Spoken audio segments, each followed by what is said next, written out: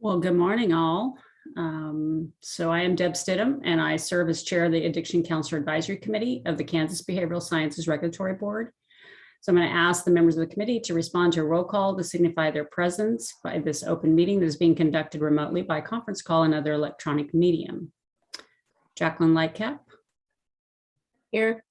Christina Boyd. Present. Shane Hudson. So I'm log in. Chad Jacobs. No. I don't see Mike James, which there's Jason. I'll go back to Jason Huss. Hi there. Hello. I'll be on video in a minute. That's fine. Mike James, I didn't see him. Charity Cosin. Here. And I didn't see Dulcinea. No, I don't see her on the call either yet. Okay. I'm going to note that the following BSRB staff members are here: David Fye, Leslie Allen, and now David will read a message concerning this meeting. And thank you, Deb. And BSRB license specialist Sammy Barksdale is also on the call as well. So this is David Fye, Executive Director for the Behavioral Sciences Regulatory Board. Public comment allows the public to address the advisory committee about its current concerns, but the Kansas Open Meeting Act, or KOMA, does not require the advisory committee to answer questions from individuals. There will be no public comment at this meeting, as no individuals had requested time for public comment, but any individuals wishing to provide public comment at a future meeting could send an email to david.fye@ks.gov. Because we're conducting this public meeting remotely by conference call and other teleconference ability, I state for the record the following information. Public access to this meeting is being conducted by medium of interactive communication that allows members of the public without cost to attend the meeting through the use of the conference call and on the board's YouTube channel. While the meeting is conducted remotely, the requirements of the KOMA are not suspended, so we'll be conducting this meeting pursuant to the KOMA. On September 23rd, 2022, we sent notice of the advisory committee meeting to all individuals who had requested notice of the advisory committee meeting. The notice also stated, was also posted on the board's website at bsrb.ks.gov. You may obtain a copy of the notice at that website. An agenda and other meeting material have been posted on the board's website. You may also request a copy of the agenda specifically by sending an email to david.fye@ks.gov with a subject line request for the agenda, and it will be sent to you. The notice contains information for the conference call and the YouTube channel that allow members of the public to attend the meeting free of charge. The notice also states that if there are any technical issues during the meeting, you may call the board office at 785-296-3240 or send an email to bsrb@ks.gov. A recording of the meeting will be available on the BSRB YouTube channel following the conclusion of the meeting by using the link to the meeting on the agenda. And I did check the conference call. There's no one on the conference call, but if I hear someone enter later, I'll let you know. Thank you, David. So we're now going to call the meeting to order, and we can begin talking about the first item on the agenda, which is agenda approval. So have you all had a chance to review the agenda? Hopefully. I make a motion to approve the agenda as stated. Thank you. Second. Any discussion? All in favor, say aye. Aye. Any opposed? Okay. Moving on to review of the prior minutes for Friday, September 16th. Any comments, changes to those? I have a couple, so I'll just go ahead and start. At the end of first page, it's just typos. I think that's supposed to be contracted services instead of contacted. And then on B, there might be an additional word that's not needed. The first sentence talks about CE broker, assist licensing boards, and I think it's just in auditing. It says in regulate auditing. And I think that was my only two comments. So I would move that we approve the minutes based on those two changes. Is there a second? I'll second. Or other changes that I missed? I'll second the changes that have been stated by Deb. Thank you, Christine. All in favor, say aye. Aye. Aye. Any opposed? Aye. Okay, moving along. By the way, Deb, I wanted to let you know Dulcinea has entered the meeting, so she is present now as well. Fantastic. Because I really wouldn't want to go through ancient history of licensing of counselors without Dulcinea and Jason, of course. Okay, I think we've got an executive director's report on tap. Yes, thank you, Deb. So normally I would go through some of the activities of the BSRB and highlight some other items. Advisory committee had a meeting after the last full board meeting, and that was in September, but the board had a special meeting in October. It's the board's out-of-town annual planning meeting. That was on October 24th. So I wanted to run through a few of the items that were discussed at that meeting and provide some updates on some of those items. So at that out-of-town planning meeting on October 24th, the board did have a discussion about having outside companies potentially perform some of the reviews of applicants. Most of these individuals would be applicants who attended schools that are not accredited by the national accrediting bodies. But we are moving forward with inviting a member for a company that provides those types of services to come and speak to the board and to clarify some questions the board had concerning utilization of those services. Additionally, the board currently holds license hearings when individuals have been denied for licensure and they request a hearing before the board. The board was interested in utilizing license panels for hearing made up of board members. And so we're going to be working on that process for future hearings for certain license applicants. Additionally, the board had a discussion about impaired provider programs and utilizing that. Currently, the BSRB does not utilize an impaired provider program, but the board expressed support for potentially beginning such a program and asked me to pursue language for an RFP to see what potentially could be offered by vendors wishing to provide services to the board in this area. Additionally, the board had a discussion about license reciprocity requirements and reviewed not only the statutory reciprocity requirements for the professions, but also recent changes to that, such as through the bill that passed during the 2021 session, which is now known as KSA 48-3406. At the time, it has been known as the House Bill 2066 that provided an expedited timeframe of licensure for reciprocity applicants who are military members, military spouse, and certain other individuals, and provided a new path to reciprocity licensure. So the board wanted to collect input from advisory committees in terms of potential changes to the requirements we have for reciprocity. And so there'll be an item for that further on in the meeting. Additionally, there was a discussion about reduction and reinstatement fees for licensure. So currently right now, for most of the professions under the board, if an individual has a current license and fails to renew that license, there is no penalty as long as the person stops practicing. But once they want to potentially reinstate their license, there is a certain number of continuing education hours they must take. And then also there is a fine or a fee that's a reinstatement fee that goes on top of the license fee that you would pay to hold a current license. And so the board had a discussion about alternatives and ways to potentially motivate individuals who have let their licenses expire to reinstate their license and come back to practice again.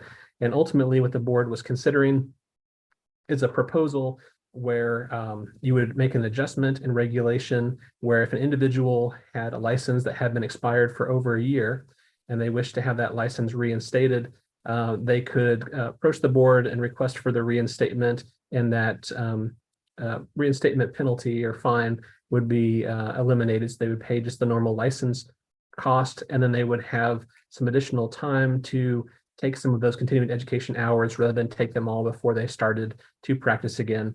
So that is still being developed, and I think the board will have a few more comments in terms of discussion on that item at the next board meeting, but it is in an effort to try to help individuals who have expired licenses re-enter the profession and become practitioners again. Additionally, there were discussion on potential changes to the behavior analyst profession, and Mike James has just entered the waiting room, so I've let him in, so he should be entering the meeting here as well. But concerning potential changes to the behavior analyst profession, currently the behavior analyst profession does not have a member sitting on the board who's designated to be a licensee of that profession. At the meeting, the board did recommend requesting legislation to have a member of the board identified as a behavior analyst. And so that would be adding a new member to the board. So that would be something that would go into a bill requested by the legislature next session. And the board also requested legislation to modify KSA 65-7504, which would provide additional disciplinary remedies to the board, similar to the language of most other professions. The language right now, when a practitioner under the behavior analyst has committed an item of discipline, the remedies really are limited to suspending the license, revoking the license, and there's a couple other items you could do. The normal language provides some other options for minor type offenses, such as being able to level a fine, doing a public censure, and some other things like that. So the board recommended changing the statute for behavior analysts to make it more in line with other professions. Additionally, the board recommended requesting legislation to create a new type of temporary license for certain social work applicants to the board for licensure.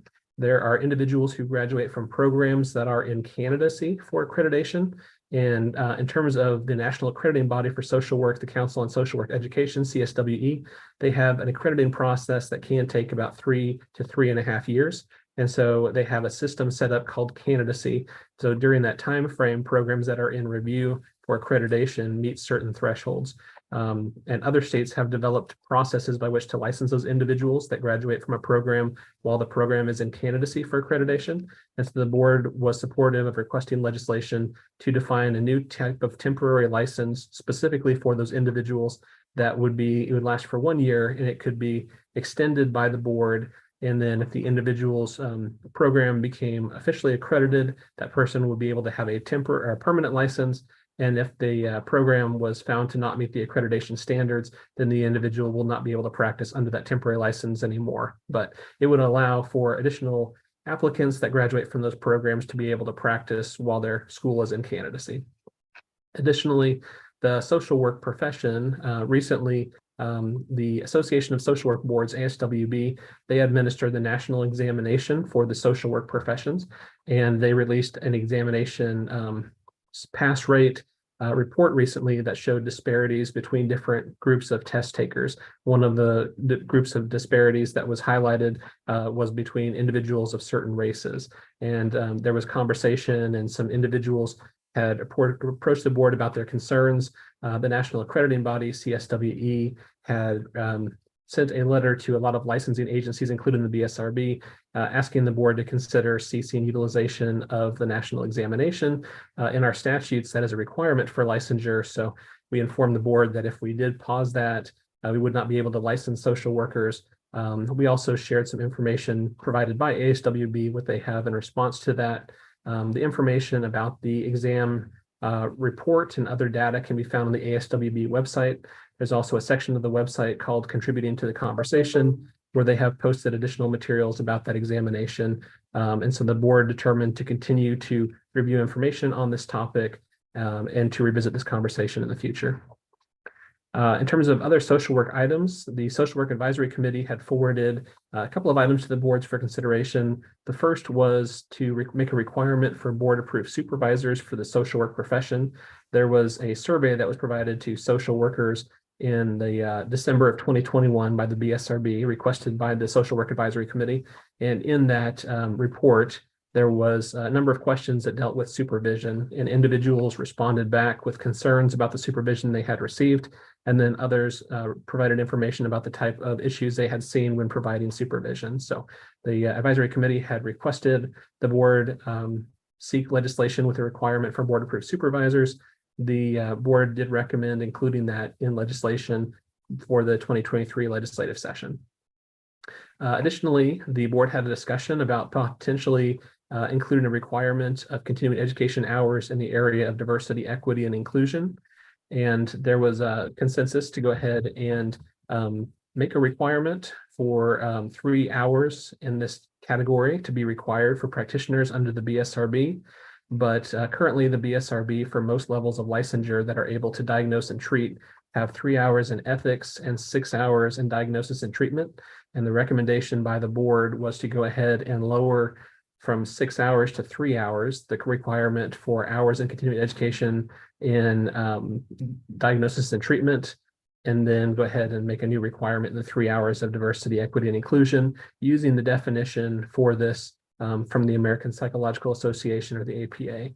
And then for those individuals that are not currently required to complete the 6 hours in diagnosis and treatment, it would be a new 3-hour requirement for the continuing education in the DEI category. Now, all of these hours would be within the total number of continuing education hours that would be required. So it's not on top of those, but within those hours, you would already need to have the 3 hours of ethics. And now you would have a different blend if that does pass the 2023 legislature. So this recommendation would be for a bill to be introduced. And one of the items in that bill would be this new requirement in continuing education. Additionally, there was a recommendation by the board to change a definition in the professional counseling requirements for licensures seeking license. One of the educational requirements allows individuals with other related degrees to seek licensure. But the KAR 102-3-3A F6 currently requires that the person who is the chair or director of that program must hold a doctoral degree in counseling, and the board recommended adding language to allow the person who is the chair or director of the program to hold a doctoral degree in counseling or other related field, similar to the requirement that the education must be from the professional counseling field or another related field. So there was also a recommendation by the board. Last year, the board had a lengthy discussion about records of deceased practitioners, and the board wanted to revisit that topic.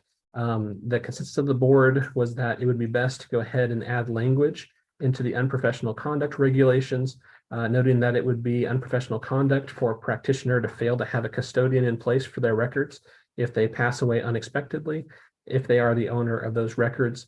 And then we're going to be looking into a little bit more detail to see in terms of the BSRB releasing information. Once this could be put into the regulation, then we could ask a question on the renewal application that basically asks the individual who is the custodian of your records should you pass away unexpectedly. And then we're checking to make sure, but as long as there's no issues with this, we would be able to field questions from individuals. Should someone pass away unexpectedly, potentially we could provide the name of the individual who is the custodian of the records. We're still working out the details on that, but that was the will of the board to go ahead and, as a public protection service, to go ahead and try to assist with that process. Currently, right now, there is nothing in the way of this provision, although there are some unprofessional conduct regulations on record keeping. So that's what it would be most similarly attached to. And then the last item I wanted to provide an update on, there are a number of regulations currently in the process of being changed by the BSRB. We had a meeting with the Joint Committee on Administrative Rules and Regulations to review all of the proposed changes. And there is a public meeting as a hearing for those regulations at the BSRB office on Tuesday, November 8th from 10 a.m. until 11 a.m. That was in the Secretary of State's publication a couple months ago, and that is coming up here shortly. After that meeting takes place, Leslie and I will share any of the comments we receive at that meeting or outside of that meeting with the board at the next formal board meeting, and then the board can make a decision if they want to formally adopt the proposed changes, which have been available for review for almost the last 2 months. So with that, I will go ahead and end my report and stand for any questions.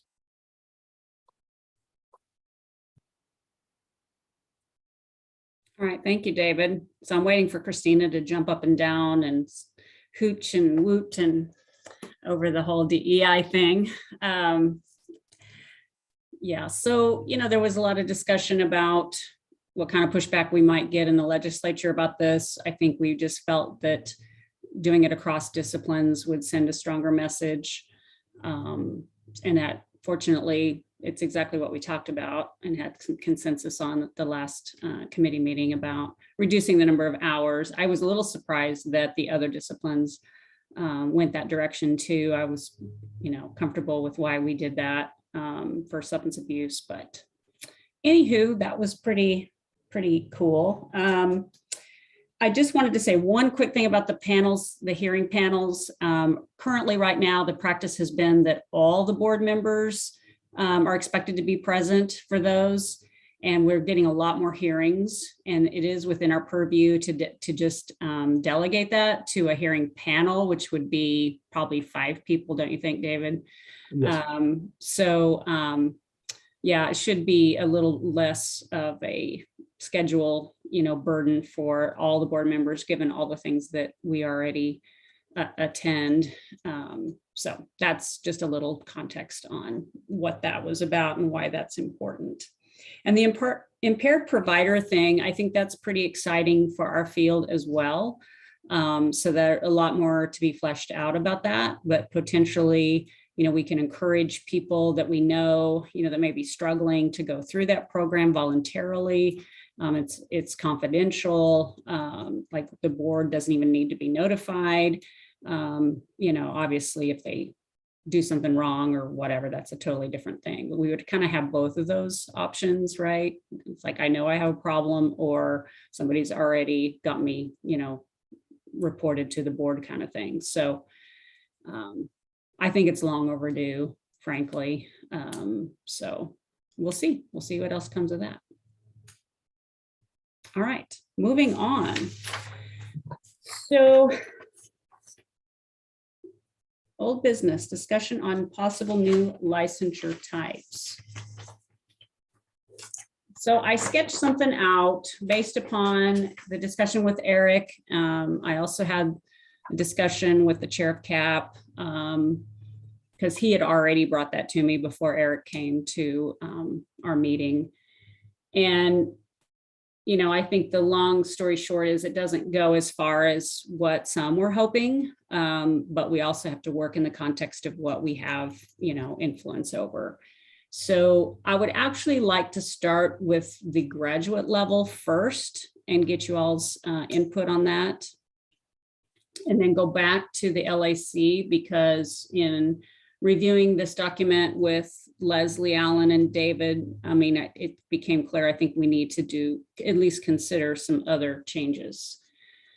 So that'll be a little bit more, and it could impact the master's level too. I'm not saying it won't, but at any rate. Do you want me to share, David, or do you want to? I'll go ahead and I'll share that. Sure. Okay.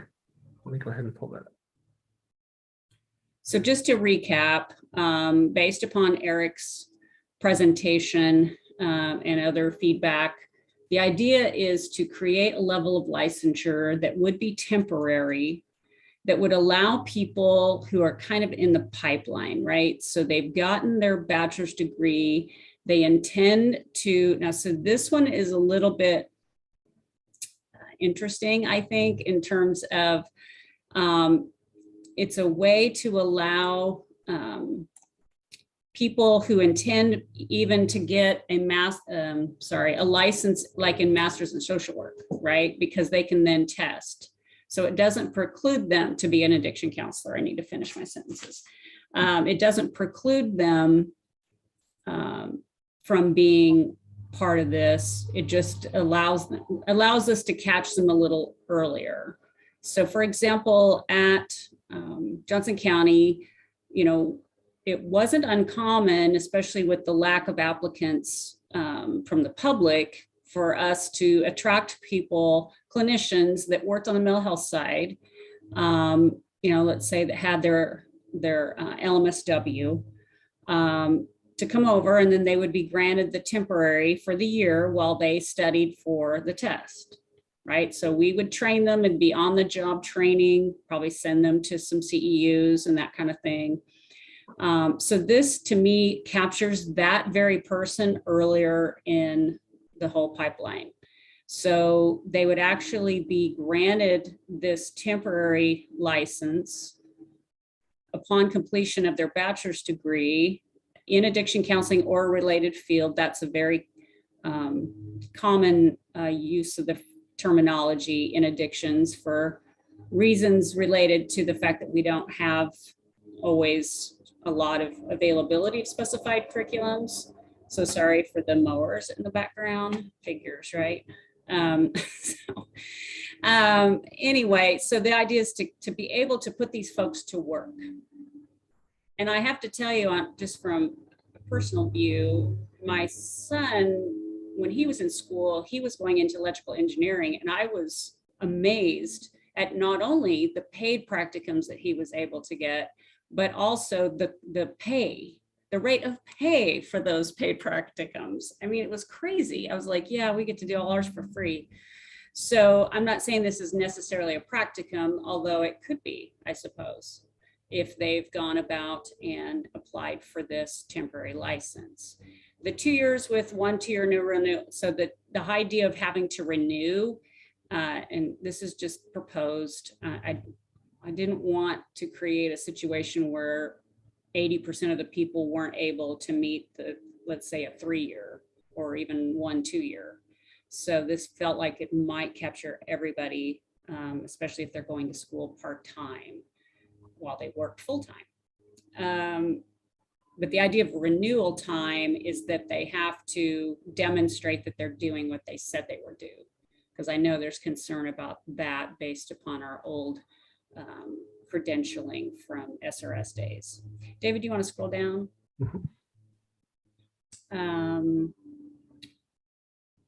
Oh, so we actually changed it, but we didn't change it here. So it should say 48 months.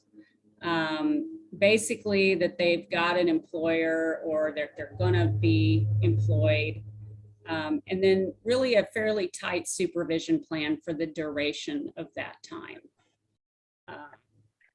So it'd be a little bit like postgraduate hours, right?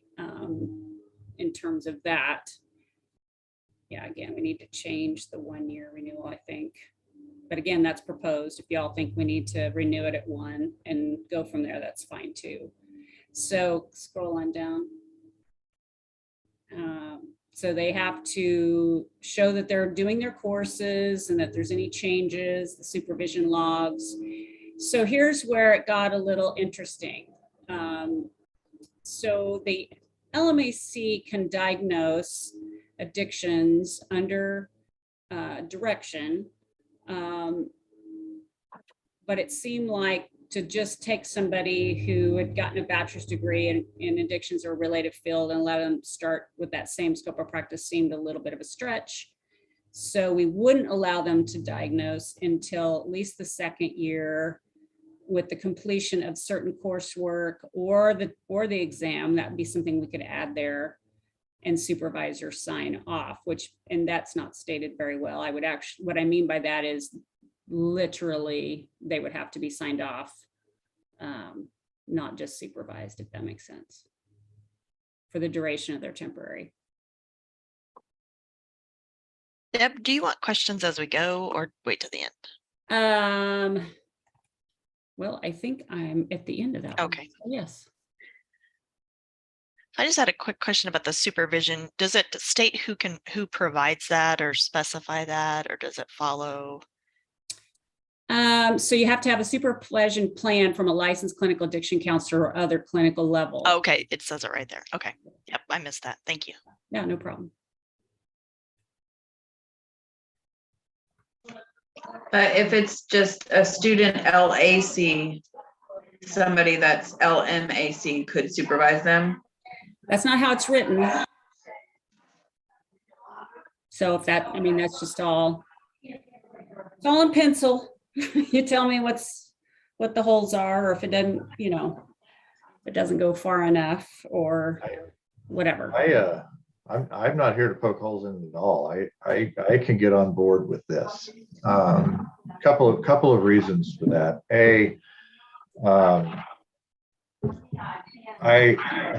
This is going to sound like I'm casting aspersions, so I'll try to cast as wide a net as I possibly can.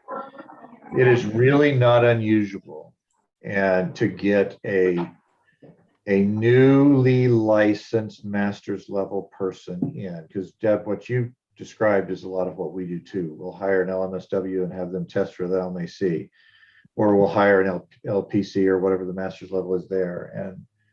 And I really like having this ability because it helps us teach people practical knowledge in the field, as opposed to getting somebody fresh who hasn't ever written a progress note ever.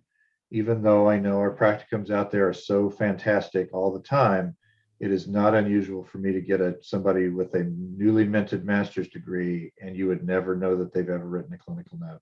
Yeah. And we have to teach them, and which is great. I mean, I appreciate being able to do that. Sometimes it feels like we have to unlearn some stuff. And so, it may sound snarky, but that would be my primary reason for pushing into this, is allowing people to come in a little earlier to the profession, plus to sell the profession. I think that's the second part of this, is to sell this work.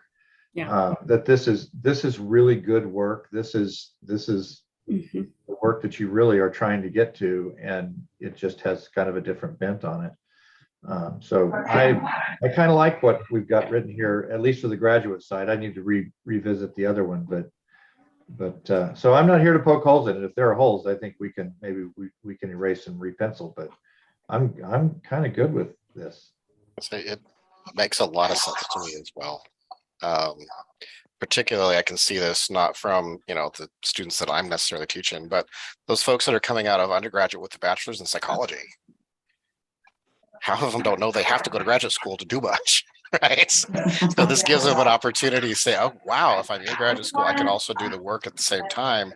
And they're not needing all that clinical stuff. And it bypasses the LAC, which if they're in graduate school, that makes sense for them to just kind of move forward with it. But yeah, it makes a lot of sense. The time frames, am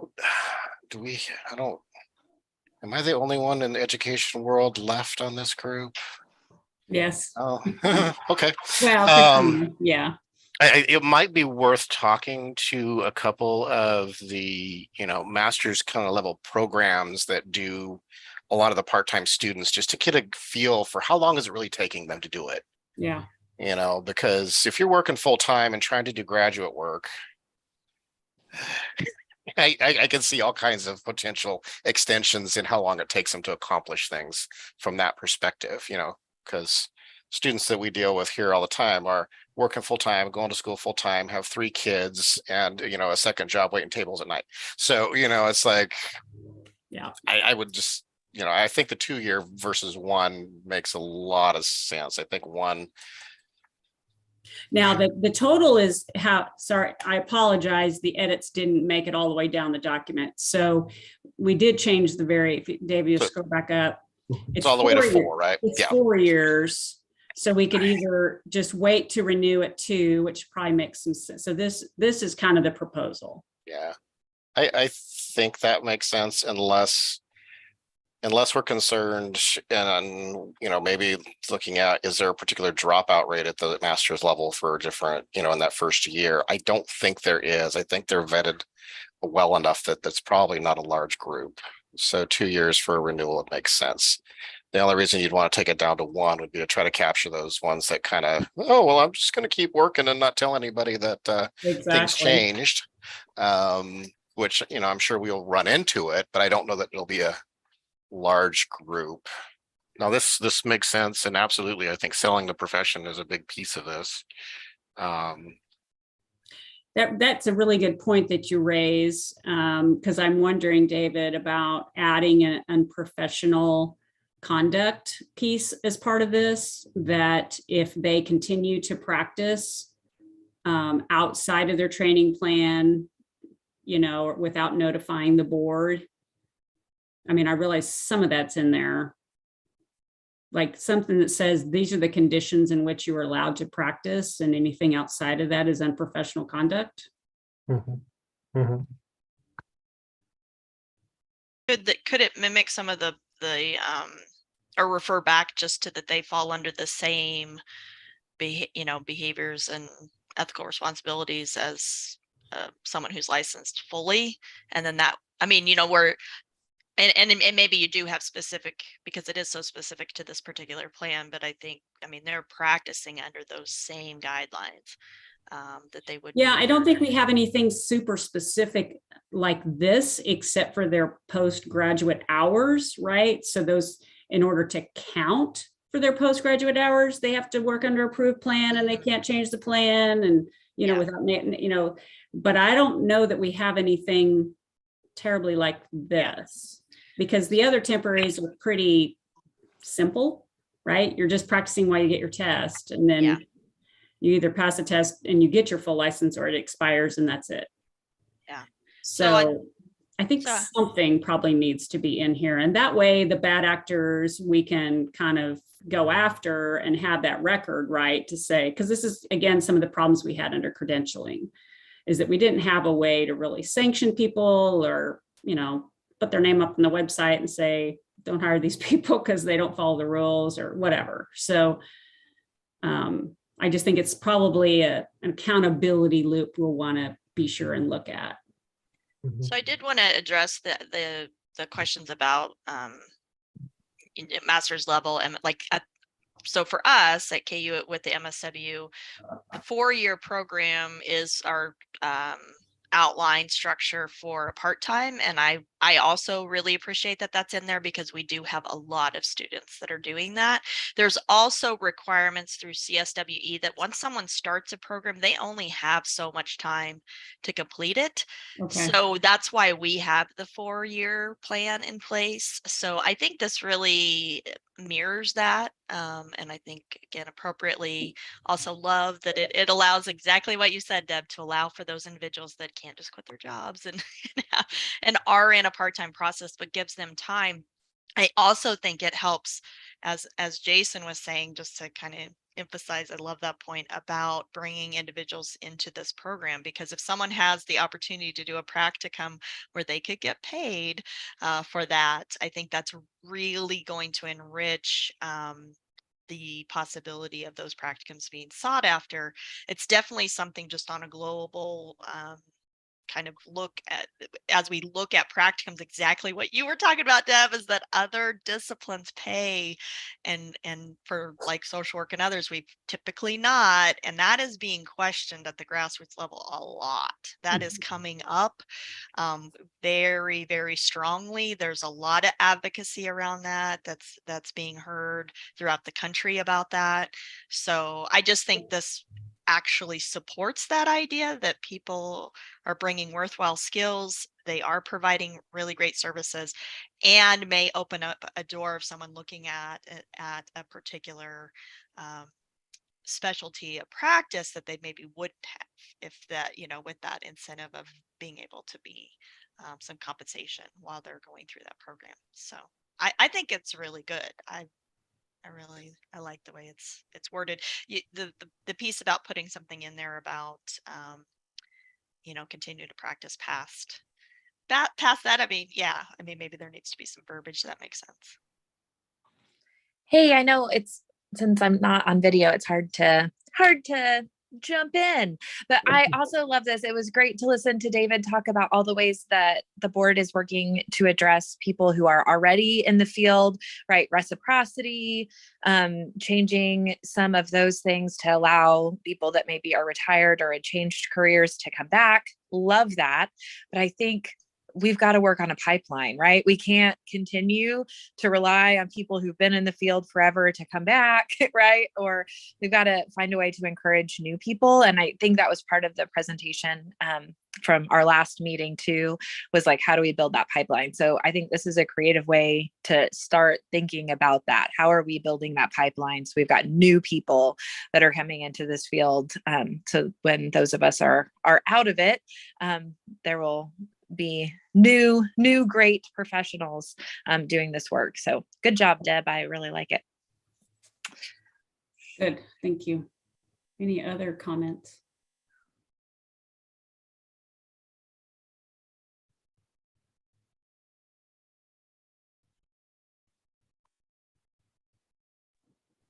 This is Shane. Can you all hear me? I can. Sorry, I'm driving today. Excuse me for the reception. I think this is a really good plan. The thoughts I have might link to the next conversation. You mentioned LACs, and I just wanted to put a bug in your ear. Charlie Bartlett and Commissioner Brown have been talking about counselor and training type ideas for through KDAS and treating block grant patients, and asked me some questions about how that might relate to BSRB and anything we're doing over on this side, trying to bring some ideas together. So I just wanted to mention that, put that out there for everyone, that I had received a call from Charlie asking ideas around the counselor and training component and what they could do on the KDAS side that might sync with anything that might be done on the BSRB side. Were they wanting to bring back something lower than a bachelor's degree? So what they're talking about is essentially, let's say CKF had a peer mentor and we're supporting that peer mentor through a bachelor's level program, that counselor in training could see maybe a reduced caseload under supervision type of idea. So that's what they're trying to like bounce around is some ideas. Okay. I'll reach out to Charlie after this and just let him know what we're working on. So I appreciate you bringing it up. Thank you. Okay, so some of what I want to talk about, was there anything else? I don't mean to jump ahead of people. I guess the only thing that stuck out that I did have a question, it looked like the exam for the LMIC is the NCAC 2. Yeah, that's what we require now for the LACs. Right. I mean, it didn't. And then Again, they would, once they got it, they would it's then have to, pencil. I know, no, then once they finish the master's component, then they would have to go do the MAC as well. Yes, Okay, just making sure I'm following. yeah.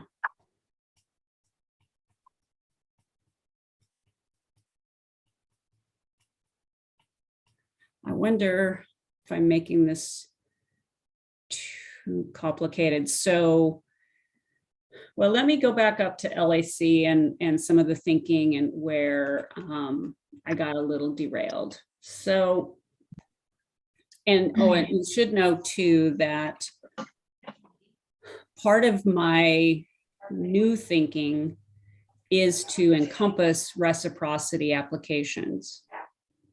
Because even though we've relaxed a few things, we still have some of the highest, well, it is highest, but specific requirements probably in the land, right? So that's what, sorry to interrupt, Deb. That's okay. That's where my question was, is while employed, oh, no, sorry. Completed supervision plan from at least a licensed master's addictions counselor. So if, for example, if I have a lady going to school for LAC, she could potentially start working under my supervision since I'm LMAC. Is that correct? Yes. Okay. Yes. I think it's great. I think it's a great plan. I think that it's going to be a great way to get people working and help for some of these facilities because, man, it's been a struggle. So I think it's good. I like this plan. Well, And I just, go ahead. Sorry. That's all right. I'm thinking like, I like this. It looks great. I'm wondering, does this have any implications on billing? Maybe that, yeah, I mean, is that going to Yes. be, yeah. I mean, potentially, yes. Primarily for outpatient, right? I mean, so that's another whole hurdle. If we decide we like this and it's a good idea, then we have to circle back with our major payers to make sure this is going to work. Which, I mean, not that should dictate what's right. I mean, you know, what needs to happen or what's appropriate in the field at this time. I just came to my mind, so. No, it's on my mind too. It's no easy thing, right? So, okay, LACs, very similar proposal. But, you know, we are looking at the fact that they already have a bachelor's degree. Now, we could look at that differently if we wanted to. Maybe it's completion of the 2-year degree, you know, associates, right? I mean, that's kind of what we used to have. So they're signing something that says, yes, I plan to get my coursework. Got an attestation, same old thing. They're going to get supervised. That's similar. You want to scroll down, David? I think that would get them working quicker and Yeah. kind of as they're working on their practicum, because they're not going to have their bachelor's degree until they're done with everything. So, I mean, and then they can potentially sit for the license. So I think while they're working on their bachelor's degree, maybe. So your recommendation would be to go ahead and drop it to associate's level?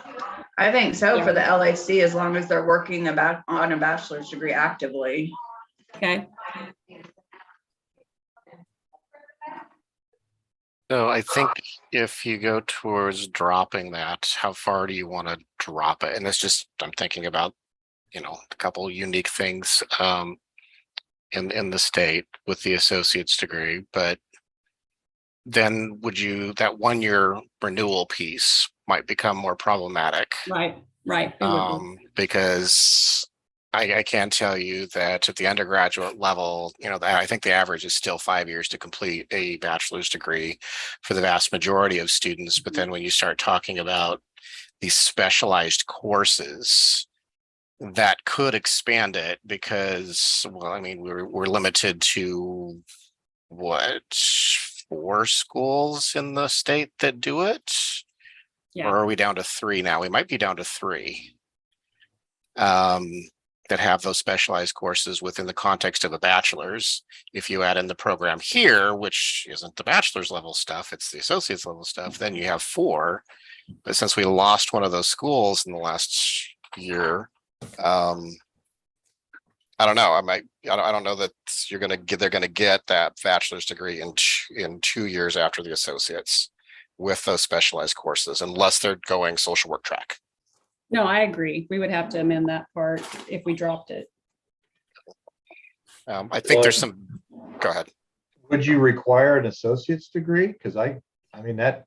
No, I think That 60 negates the credit whole- helpful. Okay, that's Yeah.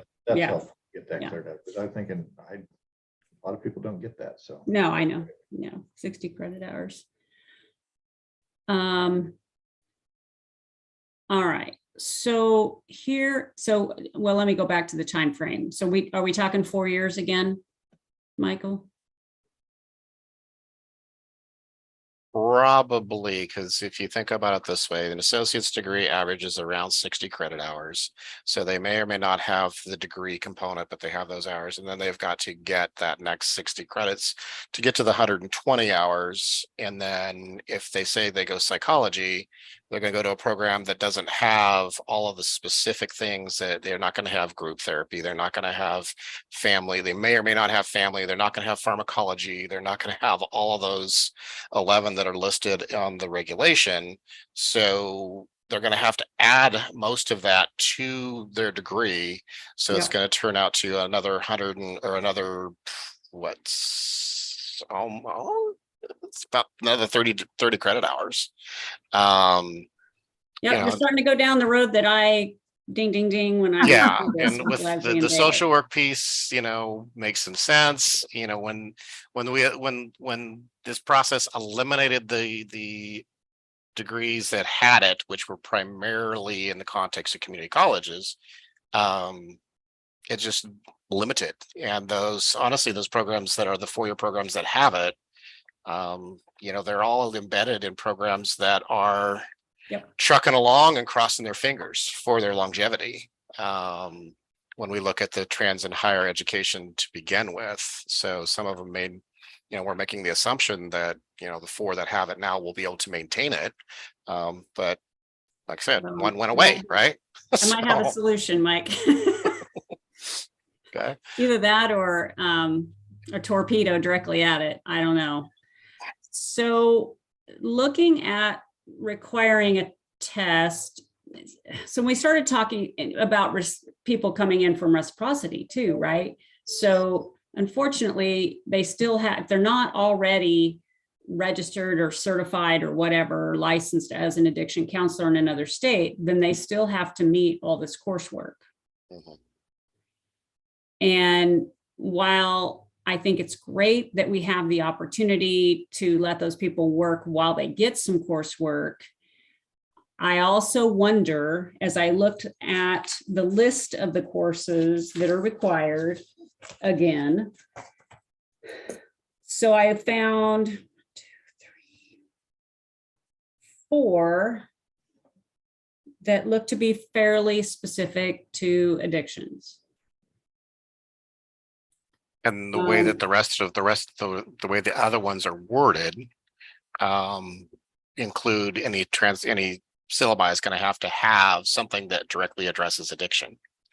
So you could have a, family studies kind of thing out of sociology, but if it doesn't have something that says specifically addiction, there's an argument that wouldn't necessarily qualify. Well, it's all about the words. Yeah.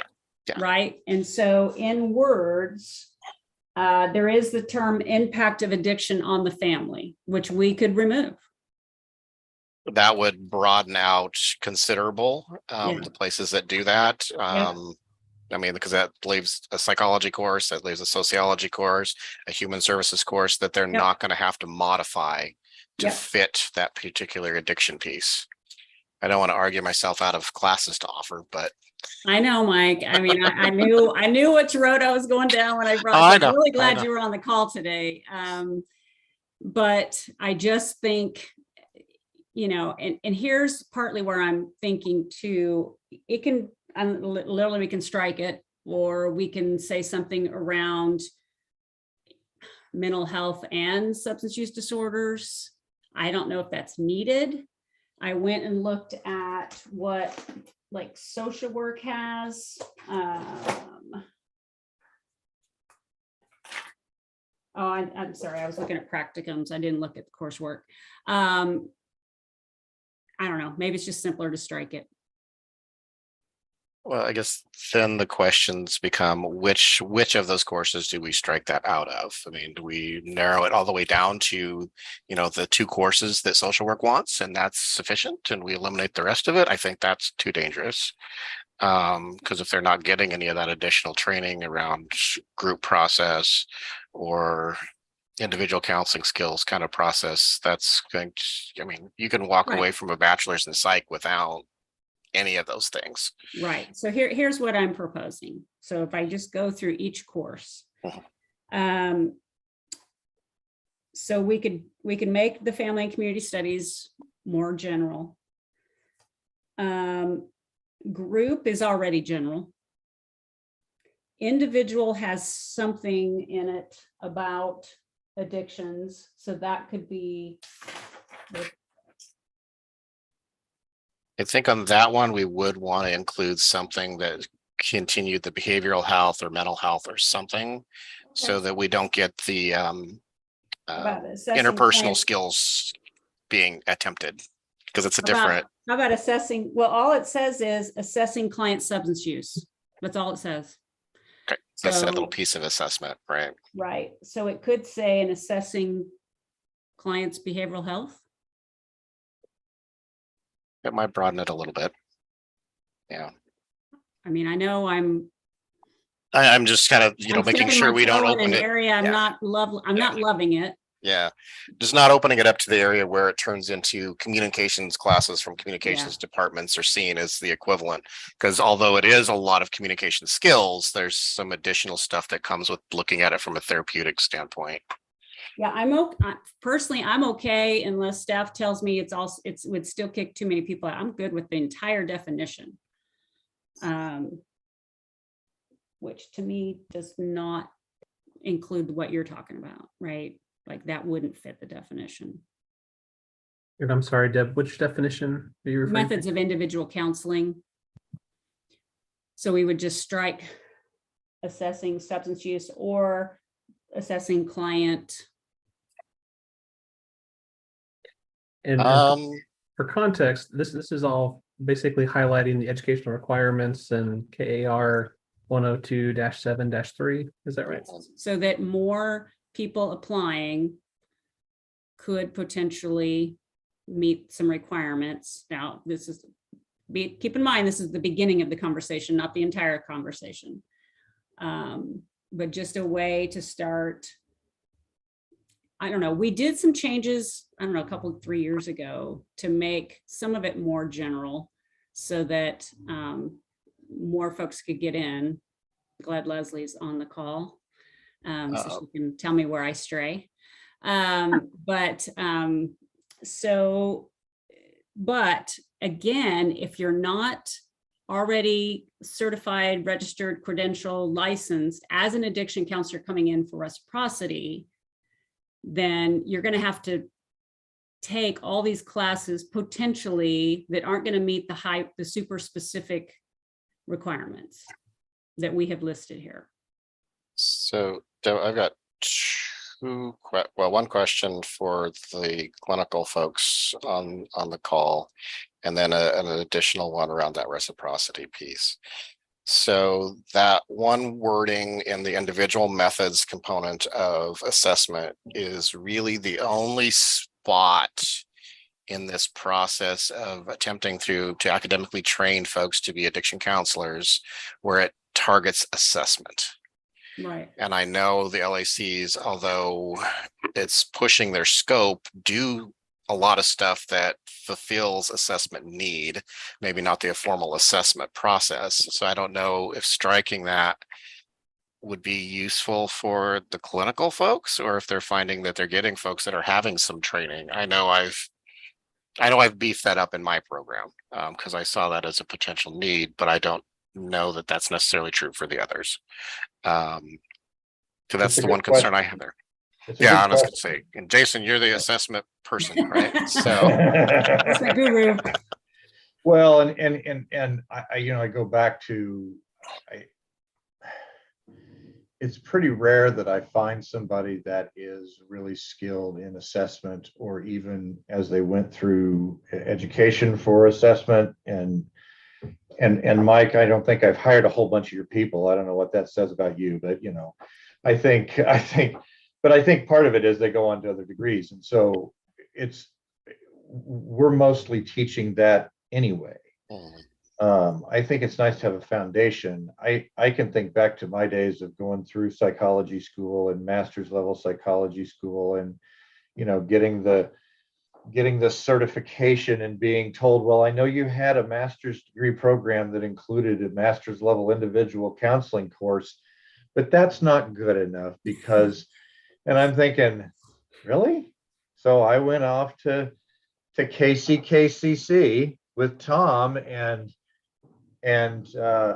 clearly it really pushed my limits and boundaries around how I was practicing individual counseling. I mean, it's such a step back and a slap in the face to somebody that's getting that degree already and having those classes, because something in your syllabus doesn't specifically say the words assessment for substance use. Yeah. You can't get the license until you take a class that is 5 levels below what you just finished. It just doesn't make any sense to me. And I'm okay with, you know, basically it's, do you want to get rid of that on the ones that are coming from that base level up? You know, because I agree. And, you know, those of us who have training in psychology at the graduate level, if we don't know how to do assessment, we were asleep. So, you know, I mean, and I can't speak to the other professions as far as that, because that's not what I've been trained.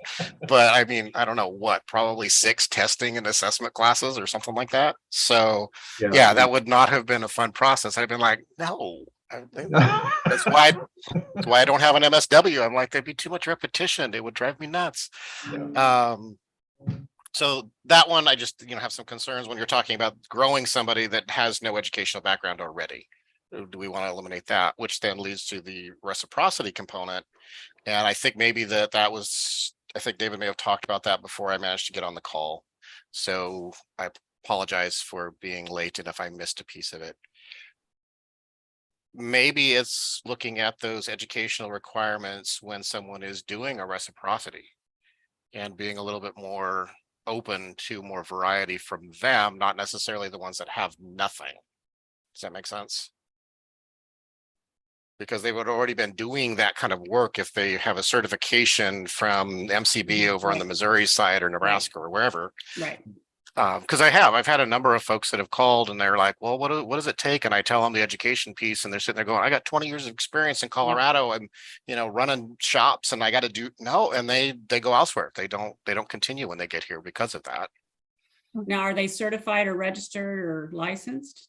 I can think of 2 or 3 off the top of my head in the last 2 years that were certified in the, you know, the ICRC track that, you know, were not able to get to the LAC because of that.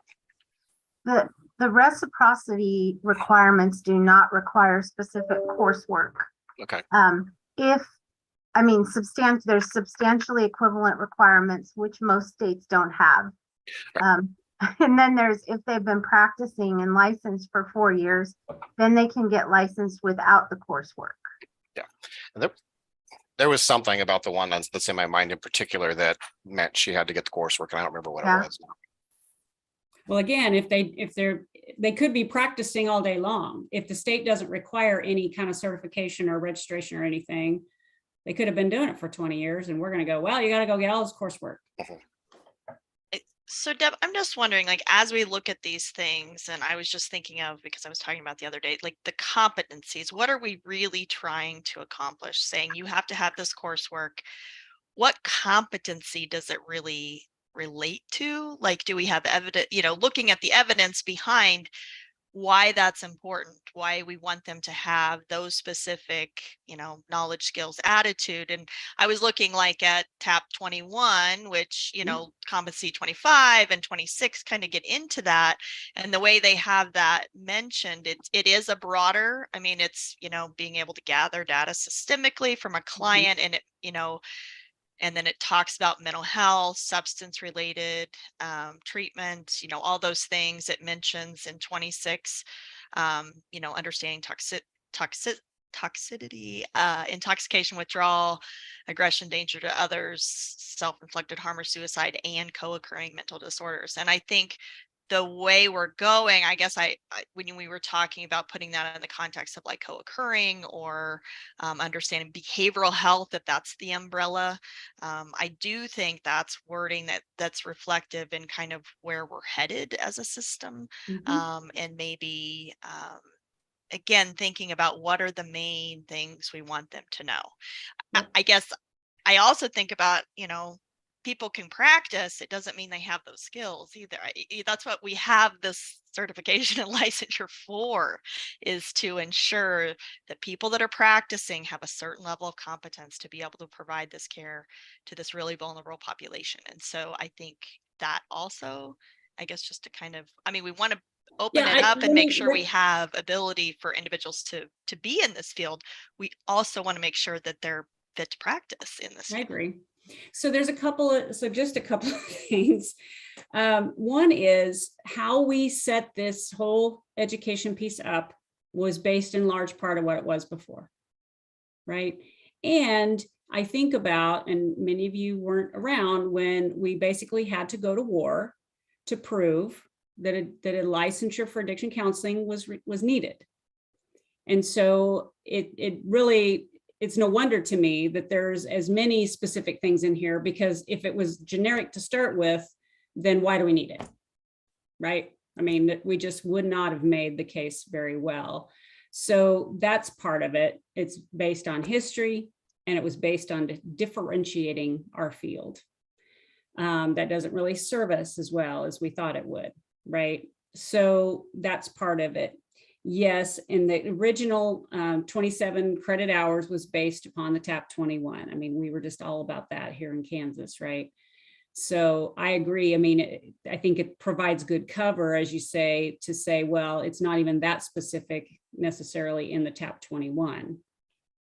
The other thing, and just to keep in mind that except for social work, the bachelor's level license is kind of an anomaly, right?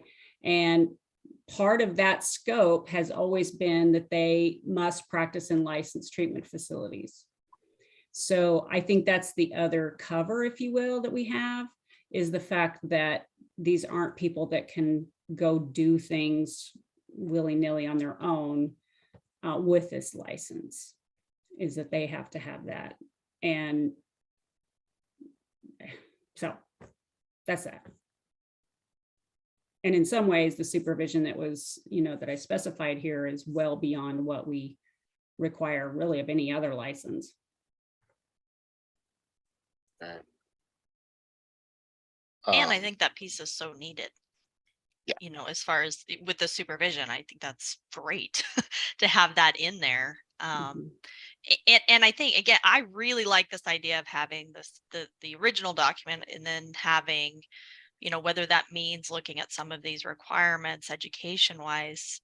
I get what Michael is saying too. You don't want someone to take something and construe it from like communication or something that doesn't really apply to again, what we're really trying to get at is this competence of their abilities to provide like individual care, group care, whatever it is. Yeah. So I don't know exactly what that means with it's a tenuous balance. Yeah. So so group is already general. Obviously, introduction to addictions, that is what it is. And unless we just eliminate the course, it's obviously all about that. Co-occurring disorders is another course. I mean, I don't know how prevalent that course is. I think Eric said that it's not offered. Is that the one? I think it's the challenge there is, again, the syllabi issue and how they've described abnormal psychology. Okay. The way that the school has done it is we've added a little bit of language to the description of that course so that it pulls out and says there's a focus that happens on the addiction component, which that basically means that I utilize the course from the psychology department. Instead of having to have a separate co-occurring course, I'm able to do that. So broadening that out it would allow the psychology class, that particular kind of psychology class, to work. Maybe I think if there would be an equivalent, there's not really an equivalent in some of the other fields. Maybe there's one in human services. I'm just not as versed with the coursework in that particular field. I don't see one in sociology off the top of my head. It's mostly that course that would broaden if that language was a little bit looser. But it's not hard to massage that to the psychology class. It really isn't. So do we want to redefine co-occurring disorder class? Leslie, do you have a feel for those applications that come through that are, the students that have kind of put, okay, I'm going to put this all together from multiple different places? Is that one of the ones that shows up as problematic? I don't know if I know we don't collect the data in a way that you could go, yeah, these are the ones that, these are the ones that do, but I don't know if you have a anecdotal sense of which classes do they seem to struggle to meet the criteria with, because that might be how to target which ones need to be targeted. Not when they come from Kansas schools, because there's specific coursework covering. From other states, I can't really say that that's one that's, I can't really say the other states, which is the most problematic. Okay. I just, there could have been a pattern that's jumped out at you guys as you're looking at those applications. And it probably would be the out-of-state schools that would point to that for you, just because these programs in the state would probably have somebody looked at it. Right. Okay. Well, and it is one of those classes that was on Eric's list as not being offered at all. Well, he probably wasn't thinking about abnormal psych. Yeah, I doubt he was, but that is one. So also, how do we share that information so that people that need to know can make sure that gets included or know that's an option?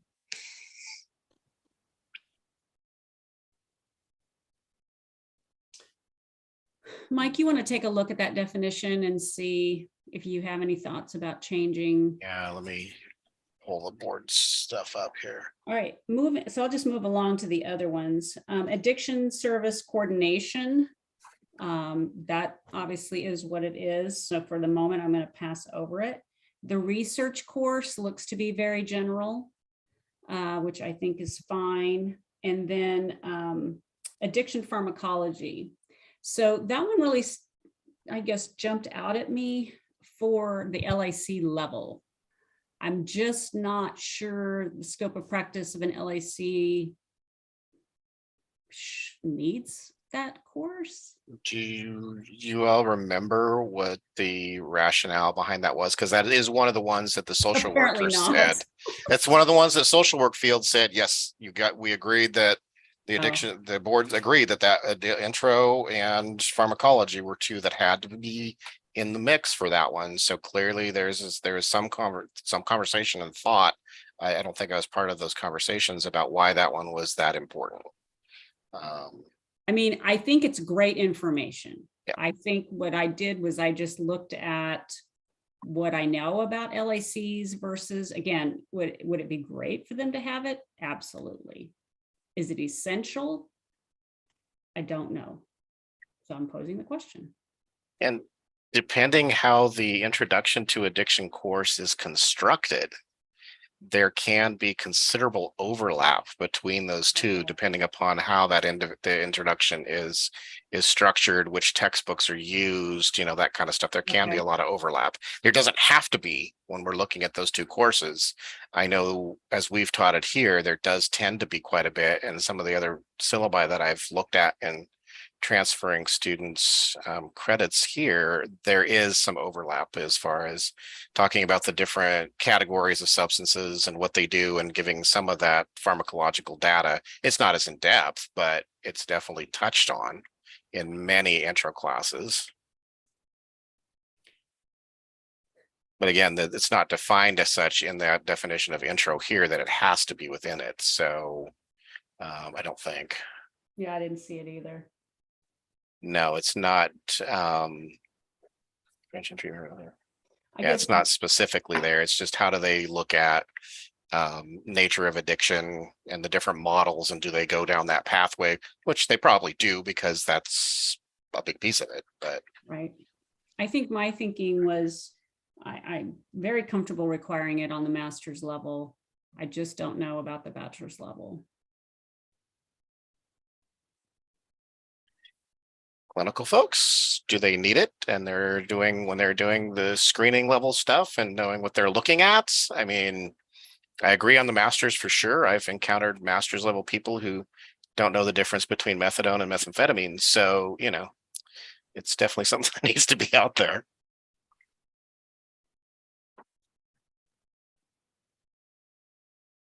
I think you look at it and they do run into it. I don't know. It depends on how far into the pharmacology you want to get to. Do they run into needing to understand what a lot of the medications are used for mood disorders or others like that? I think there's a critical component to MAT that they run into an awful lot. And one of the reasons I say that is we're seeing more and more people who are in recovery coming into the field. And what we are finding anecdotally is that there is still a significant struggle out there in the recovering community about medication-assisted treatment being an okay part of recovery. And when we have to do a lot of internal education about that. And it's still a lot of skepticism until they really sit down and look at what it is and how it's used and why it's used. And so I think that's the challenge to that. I think in a lot of cases we think of pharmacology, and Deb, everything you said is accurate. I think when it comes to MAT, it's something that we need to be considering, especially because the face of our system is changing. It's kind of changing back to when I came into it, when I was the weirdo. So so I was one of those weirdos too. So all right, you talked me into it. Are you ready for thoughts on the co-occurring one, Deb? Yes. Okay. So as I'm reading that, I think it could be massaged a little bit so that it would clearly include courses like abnormal psychology. Okay. And what that would be is just changing, co-occurring disorders in the study and symptoms of, behavioral health disorders or issues. So you eliminate that, some of the language that says mental health versus substance use disorders. So then it opens it up to include, the chapters on the developmental issues and, how their head injury stuff that is going to be touched on in an abnormal type of course or psychopathology course. So kind of taking that particular piece out, because I think it's hard to say that there's particular disorders that we're always going to be facing when we deal with someone with substance disorders. They're all over the chart. Are there a few more common? Absolutely. the psychologist in me likes to leave the whole screening and assessment tools there just so that people are aware that they exist and there's things that help with that. Right. Can you type something up and Yeah. send it to David and I, and then we'll look at it at the December meeting? Yeah. Everyone good with that? Any objections? All right, so to recap, we're gonna make generic, we're good with changing the language on individual counseling so that it will apply to other types of individual counseling courses. I think it'll help a little bit. Again, there's not going to be a lot just because there's not too many courses in the undergraduate level that target that, but it would probably help the folks that are coming out of like Arizona schools or California schools that do things in that bachelor's level range. Mm-hmm. Yeah, my psychology undergrad had a clinical track, and that's what I took. Yeah. So group's already good. Legal's good. We're gonna strike whatever the client's no, that's not it. Impact of addiction. Impact of, I don't know. So family and community studies, which shall include the study of family, social, and community systems, the impact of addiction on the family and society, and the development of culturally informed skills utilized in the treatment and recovery process. I mean, if you take out the impact of addiction and treatment and recovery process, you open that up to sociology's marriage and family courses. Is that okay or not okay? I'm going to look at the folks that are actively practicing clinically, and I can only speak to my experience with it and how much family involvement typically is done. Ideally, everybody knows how to do family therapy, but again, that's a high level skill. It is a high level That's skill, not what and it's not I don't want my overly- LACs doing that, honestly. It's not overly incentivized in our public No, programming. no, not at all. I mean, yeah, it just would open that up. I'd have to look at some of the other schools, what they've done with their syllabi, like Fort Hays and Washburn, that are utilizing those courses and how they've made it fit. I don't know if it's just a small massaging that they've done or what it is, but. Will you provide something for us for next time on that too? Okay. Thank you. So that leaves as specific courses, Introduction to Addictions and Addiction Pharmacology. And then the practicum is stated fairly specific to substance use disorders as well.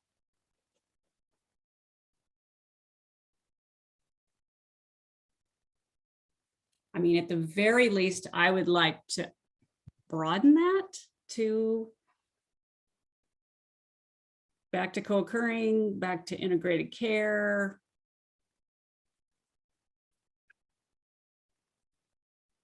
Jason? None of these back. Back, Jason, Christina, when you guys get folks that are coming over from behavioral health world that's more focused on mental health and that's where they've got their experience, how much value do you think brings that 300, 600 hours, 300, 400 hours doing substance use specific types of tasks? Because I mean, the worlds are getting closer. They're not as separated and as siloed as they used to be, but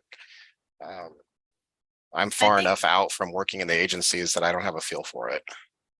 Well, and I think I just look at, I'm talking about this all the time, but looking at evidence-based practices are getting more and more, that change is change and the processes are very similar. And then a lot of the evidence-based practices we now, can support the idea that if someone is dealing with depression or an alcohol use disorder, like that we would, have similar approaches to that. So, and I think again, just the systems in Kansas, we have such a push now towards the CCBHC model, which is very integrated. I do think that our system looks very different now than it did 10 years ago, even. and some of the concepts that are being embraced. And obviously there's a spectrum of that, but I think in our behavioral health systems, are what have been traditionally mental health systems in the past, are looking at and understanding the need to have more integration. So I just think in our state particularly, and in having looked at other states and dealing with some trainings and things with other states, we're actually pretty far along in comparison. So I Yeah. don't know, Jason, I would love to hear your thoughts too, and Shane I'm too. not sure what the topic is, so I apologize. I had to step out and. Practicum. Oh, Practicum practic- opportunity. Language is pretty specific to substance use disorder exposure. Should we open that up a little? I could see it being opened up. Say, opening it up is one avenue, the other would be clock hours. Is that, do you adjust there? Make it simpler to get that piece accomplished. Yeah, What are you seeing, Mike? What should we, gosh. what would be your thoughts on that? The clinician in me likes to have them have the experience and the time sitting in front of the court ordered clients instead of, you know, the folks with severe and persistent mental illness, or the clients who are there because they know they need some mental health support versus the folks that are, you know, court ordered, don't think they have any problem. There's just something about sitting and having to talk to those individuals in that stage of change that I think is valuable, but So you could say 400 hours and you know, 200 is in addictions, but I mean, I think you still run into people not necessarily meeting the requirement. Yeah. That's and then you're getting too detailed, I think, to parse It's a it out tough one too. to answer. It's just a tough one to answer. I mean, you know, This- when I went through a practicum years ago, I had to have a secondary that had to take up, I don't even know how many hours we had to have. Mike, you probably remember. I better than don't recall either. but there had to be a secondary piece there because I did my master's practicum in substance use, but I had to do my secondary. It could be in children, it could be in adult, it could be in crisis or whatever. But I think that was school specific, not related to And it might have LNLP been. license stuff. Yeah, you're right. Well, I could go either way.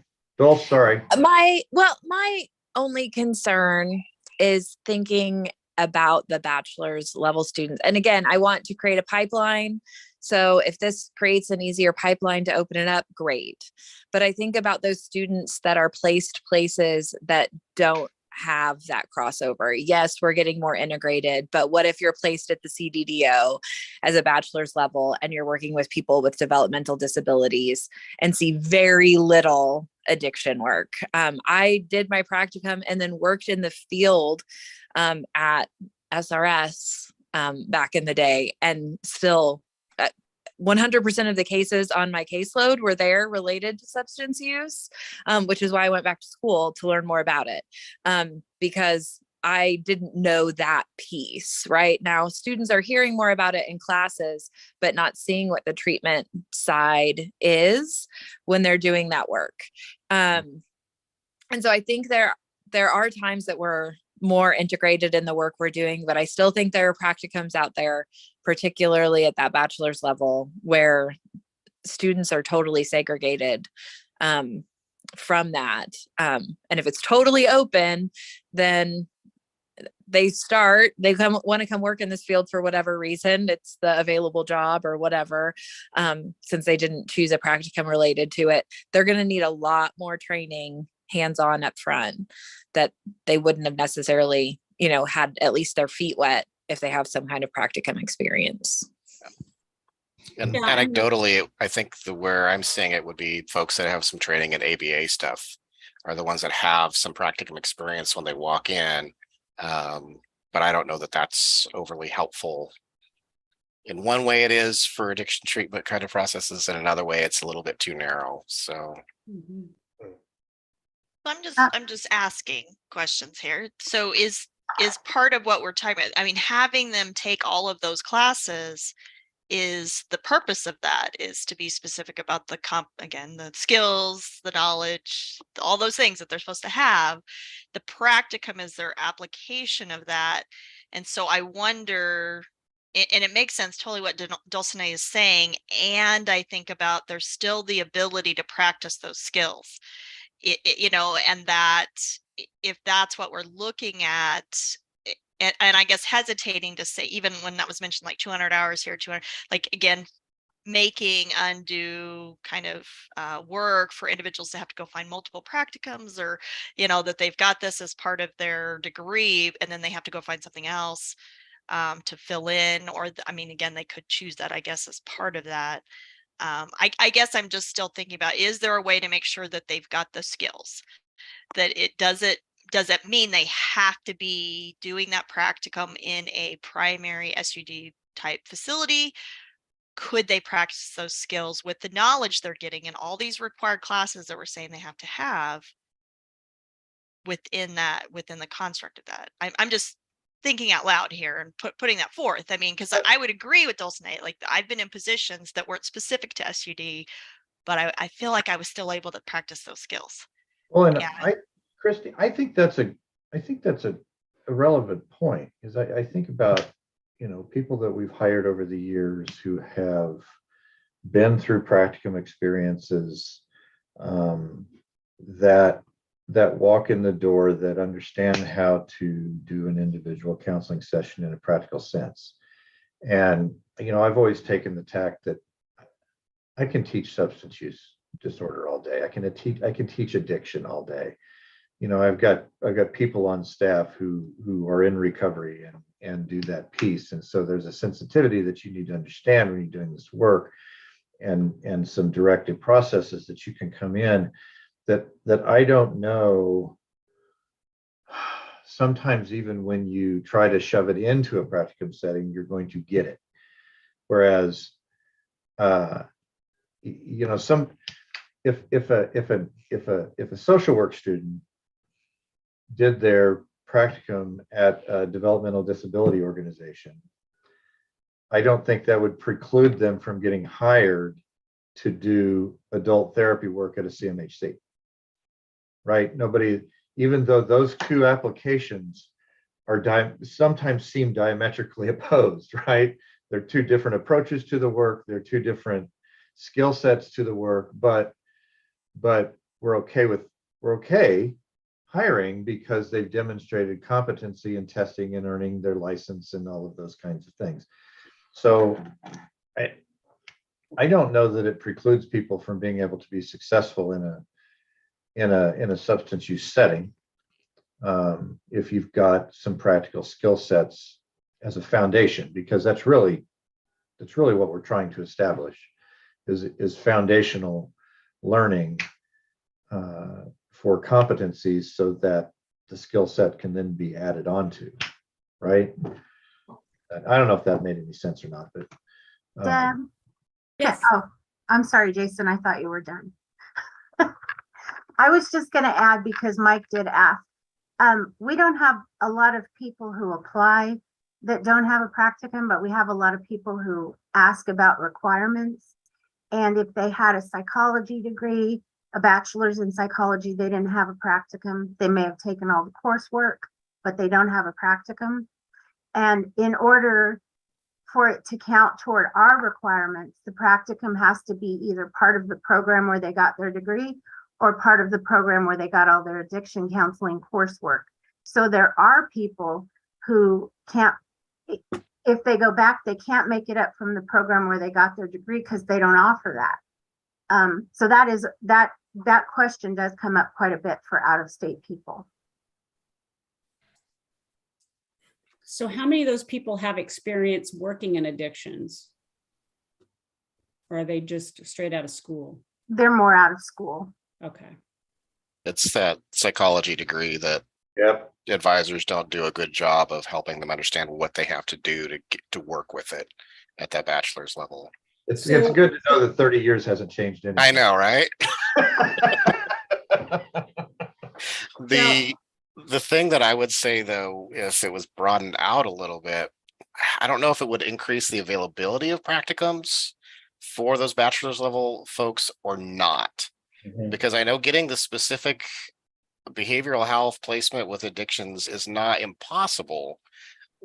But I can tell you, talking with facilities in multiple states over the last few years, as soon as you start talking about it's an associate's level person or a bachelor's level person, they stop listening Mhm. because it's a billing issue, it's a revenue issue. They don't want to deal with those folks because they can't get paid for those pieces. So unless they have a training track that they want to expand, it's. I mean, Mhm. there's a number of facilities on the Missouri side in Kansas City that they just don't.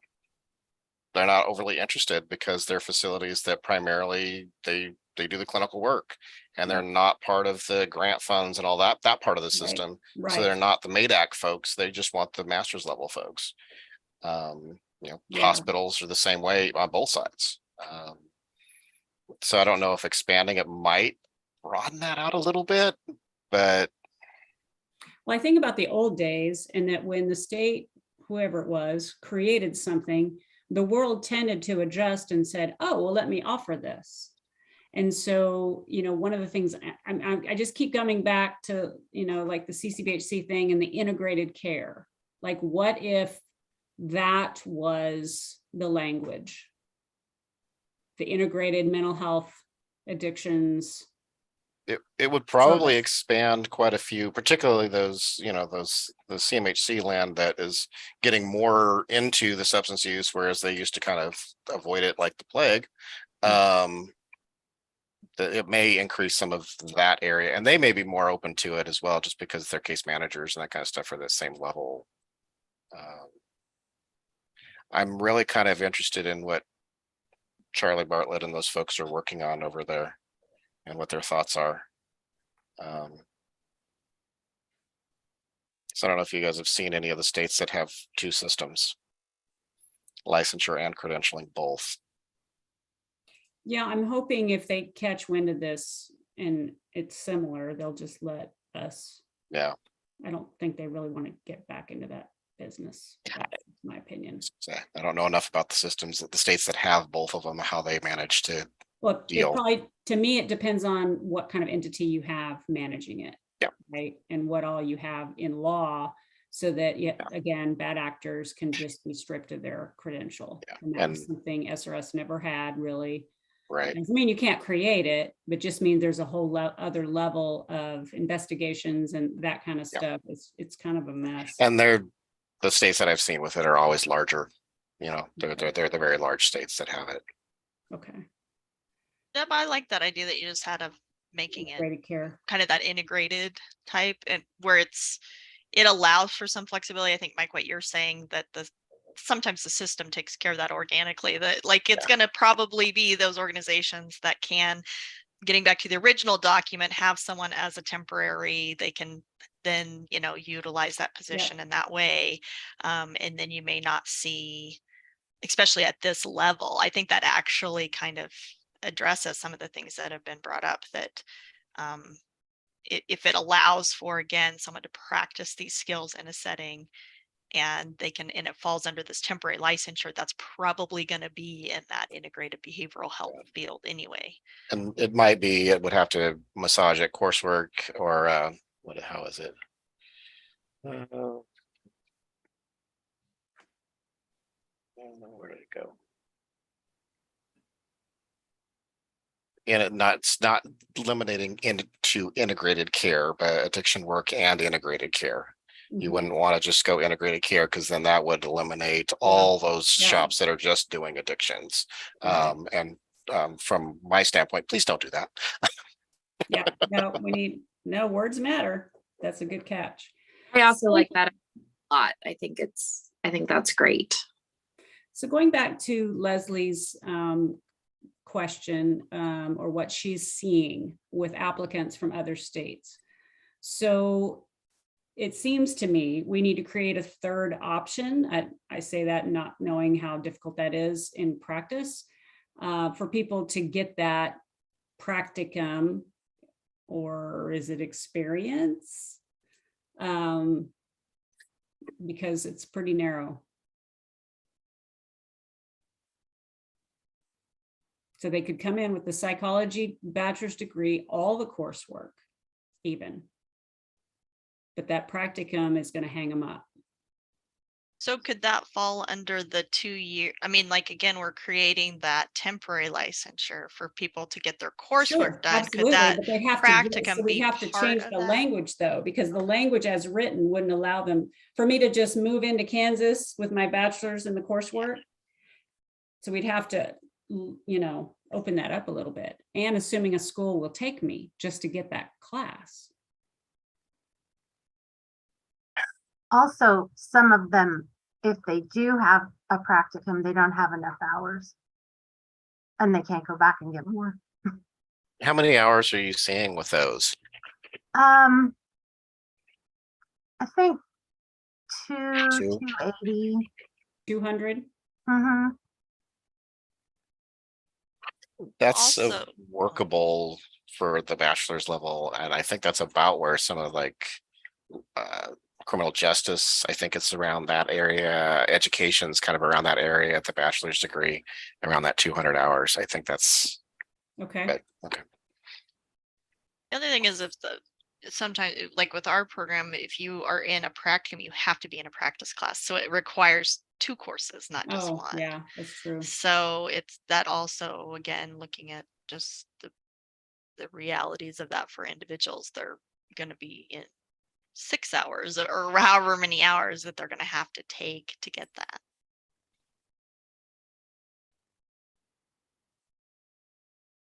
So I don't- remind me- go I ahead. think that piece where, you know, have to get the coursework and the practicum have to be the same place, I think is useful, because I don't know how many schools would be open to, okay, yeah, sure, come here and do your practicum.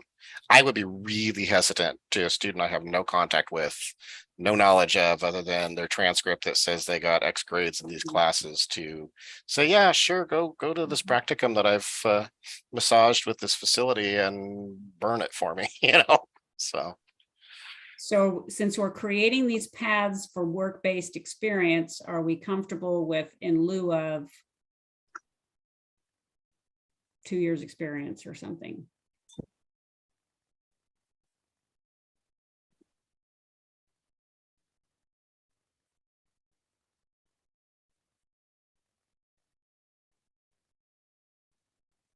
We have had people who had potential positions in Kansas, and their facility, or was it maybe St. Francis or someone else, they were willing to do a practicum like experience for them, but that's not allowed. So I think that gets like, again, that kind of opens up that issue of, you know, when you have a practicum through an educational institution, there are components of learning contract and outcomes and evaluation and you know, someone who's a field instructor. All of those pieces are there, and if you just say, oh, someone can go get that on their own, none of that could be there, and you don't know what. Yeah, I'm not. I mean, we would have to talk that through for true reciprocity, right? But I'm looking at, if I've entered into this temporary counseling, I'm working, I'm under a supervision plan. Okay.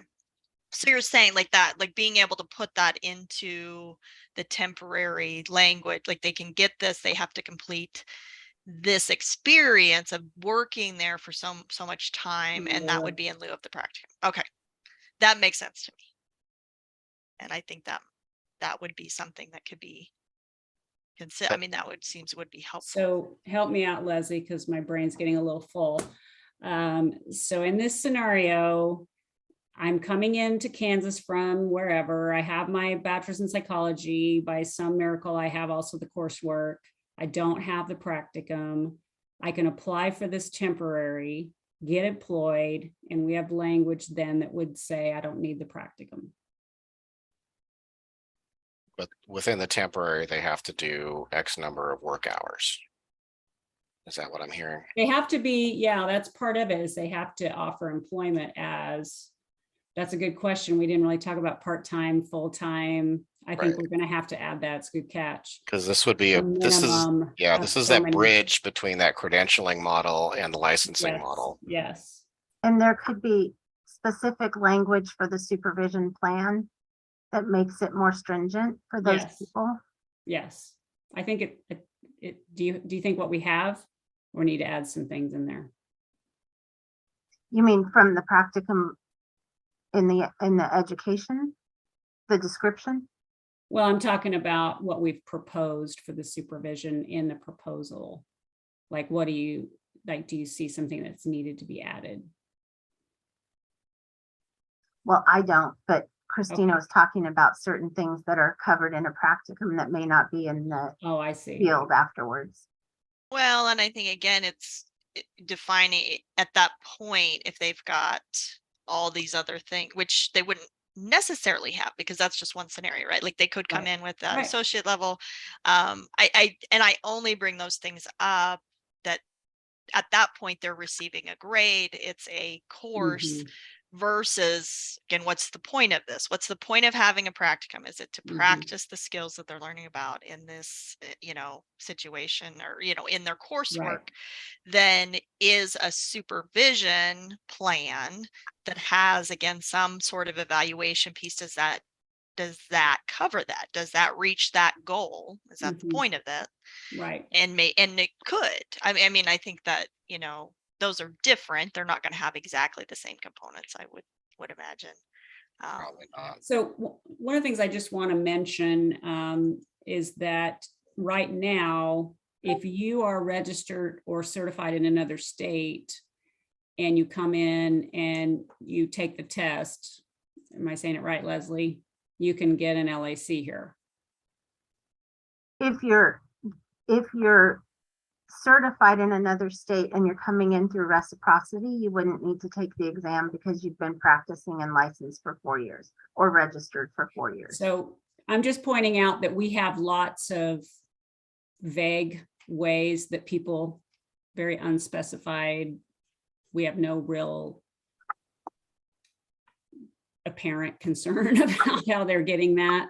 We're saying that their experience, and that's probably something else for us to look at in December, whether some of that is written a little too specific as well. Just around the amount of time you have to have practiced. But I'm just pointing that out. That's something I got re-present to in the last meeting that I just want to make sure you all are aware of. For better or for worse, right? I mean, it's just, and I'm sitting here thinking how when we created all of this, our assumption, our operating assumption was that this was how the majority of people were going to get trained and work in Kansas in addictions. And instead, we're flipping that on its head and we're saying there's a lot of ways to come into this field and work. And can we create an avenue to allow more of that? Because except for what I just said, for the most part, you got to meet all those requirements to work here.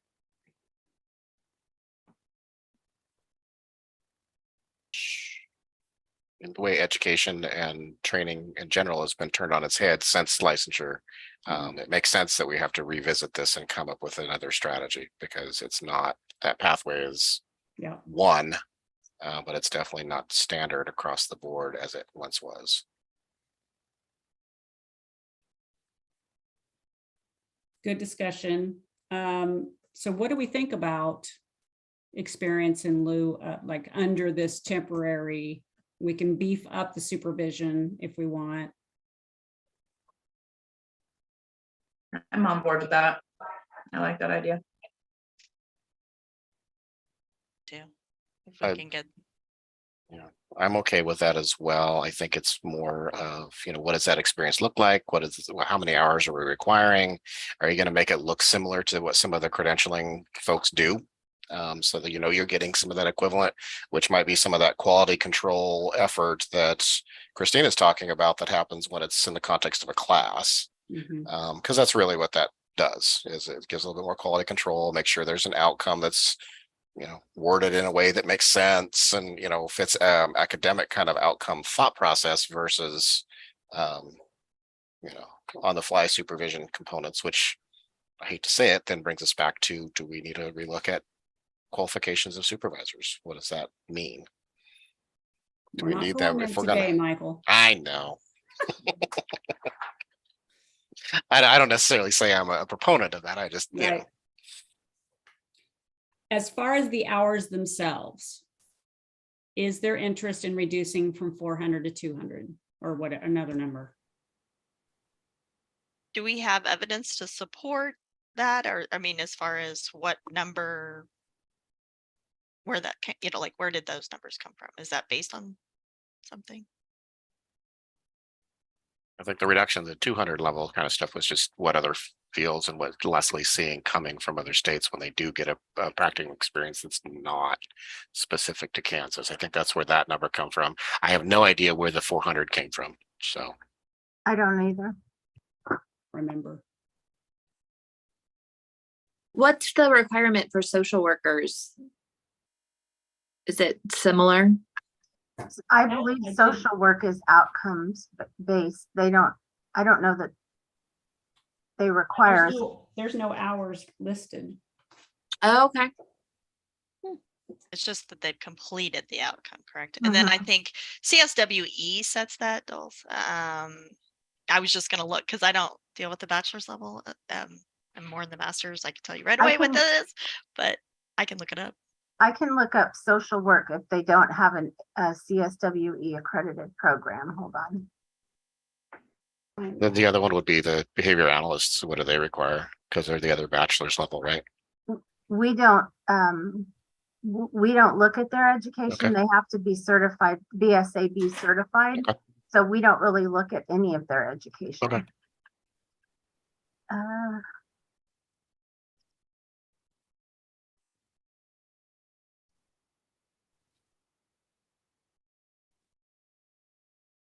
And just to let you all know, we're about 10 minutes away from the scheduled time for the end of this meeting too. I don't see any hours for social work practicum at the bachelor's level. So It's not if they're CSWE, it's up to CSWE. And I know they don't require specific number of direct client contact because that was changed from our statutes. So and again, I don't know, we have long standing, like, okay, you had higher than what's required by CSWE. Currently, the seniors are required to have a 416 clock hours in practicum as part of their BSW, but I don't know. Again, I'd have to look at what CSWE actually requires. We also have gone through a process of reduction to be more in line, just in the coursework. Like at the MSW level, we've decreased that quite a bit in, again, kind of trying to not create undue hurdles for people and to be more consistent with what's expected across the nation. For social work, if they are not ASWE or CSWE accredited, they have to have 400 hours in the field setting. okay. Well, we can just shelve that and pick that up next time as to whether we might consider reducing that or not. Appreciate the conversation. I thought it was really, really good. Covered a lot of different facets to this kind of complicated topic, honestly. I did want to have just a minute to discuss the proposal to modify the license reinstatement fee, since we won't meet again in this group until after the next board meeting. So just curious what your thoughts were about. So basically this is, like David talked about, I've let my license lapse for more than 2 years. I'm thinking about picking it back up. How much of a hindrance is that basically double fee to come back in, and then as well as the courses that you have to get all your, like the 2 years worth of CEUs, assuming you didn't have any since the time you lapsed, before you can even get your license. So one of the things we talked about was issuing some sort of was it a temporary, David? I can't remember. While you get that, you would have 6 months to get your, something like that, to get your Yes. CEs, Mhm. and whether that would work.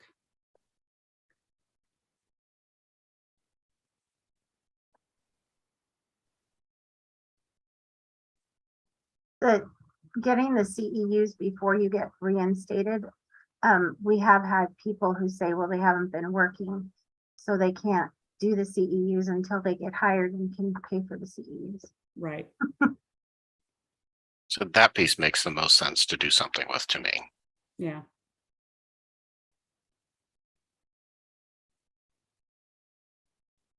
I can get on board with it. I would hate for us to say hell no if all of the other professions say hell yes. We would just be, shooting ourselves in the foot. Right. Well, and part of the idea behind this is that the reinstatement fee, we think, can be helpful to make sure that some individuals aren't lax about renewing their license on time.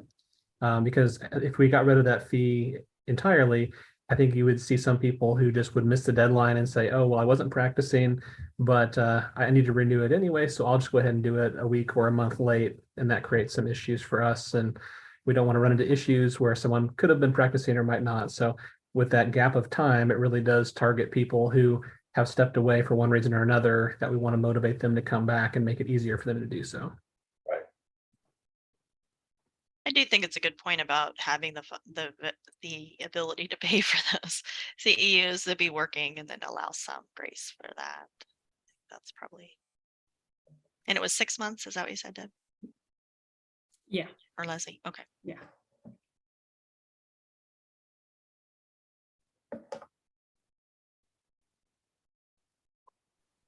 All right. Any other parting thoughts? We'll pick this back up. We'll make some changes based upon the conversation, and we'll get some verbiage from Mike that hopefully we might make some consensus building on at the next meeting, because we're running a little short of time for the session.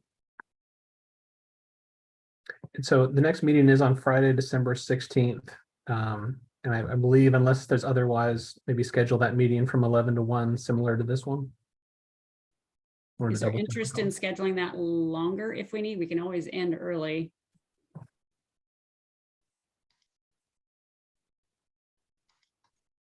Starting at 10, going to 2. I don't want to do that. There's no other items on the BSRB calendar, so we would be flexible to do that.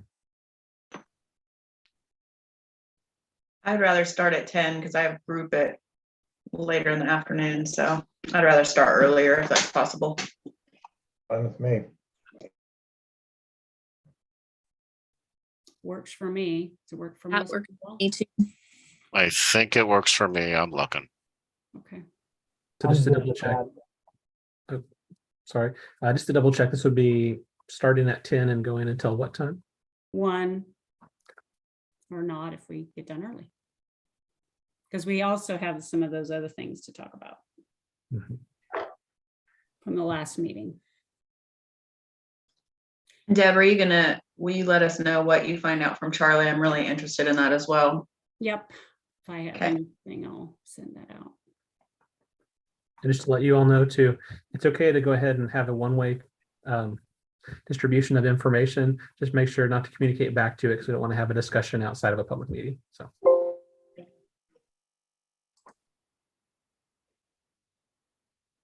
Anything else? The earlier time for that particular week works fine for me. Semester's over here, so I don't have to worry about okay. classes. So Great. We'll plan on starting at 10 then.